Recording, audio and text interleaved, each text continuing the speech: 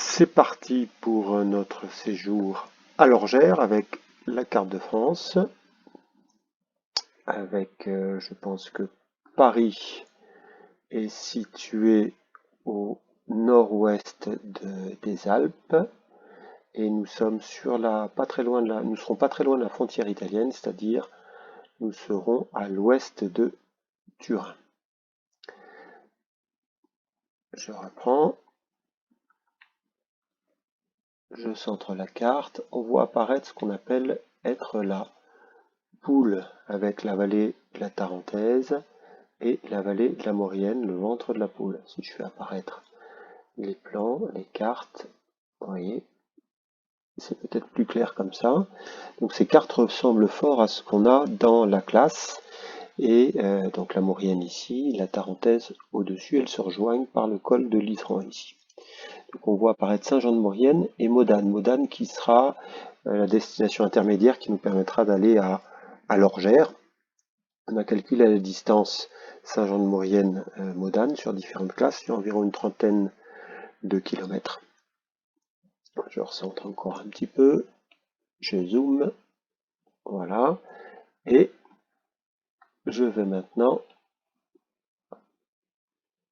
on voit ici une zone urbaine, c'est Modane, et l'Orgère est au-dessus. Alors c'est difficile pour celui qui ne connaît pas ou celles qui ne connaissent pas le lieu de voir à quoi ça ressemble. Alors on va passer en mode relief. Voilà. Ici, nous avons le vallon de l'Orgère et ici le vallon de Polsey. Le lac de la Partie est situé au-dessus. Encore un petit peu. Voilà. Et nous avons là en vision toute une partie des Alpes avec, je crois, en arrière-plan le Mont Blanc qui vient d'apparaître. Et sur l'avant-plan, donc c'est le massif de la Vanoise et le vallon de l'Orgère est contigu à ce parc national de la Vanoise. Je zoome encore un peu. Voilà. Donc départ ici de l'Orgère. Nous irons ensuite en direction d'une prise d'eau EDF. Nous monterons par le ruisseau de Pauvaret, une bonne montée, pour accéder ensuite via un petit col au lac de la Partie qui est situé à peu près à cet endroit-ci. Puis nous descendrons en direction du vallon de Polsey sur une pente relativement douce jusqu'à une bergerie et ensuite nettement plus forte jusque en contrebas des sources du vin. Là, un grand plat dans la forêt, une petite descente pour rejoindre le hameau de Polsey et nous bouclerons la randonnée en revenant sur le refuge de l'Orgère.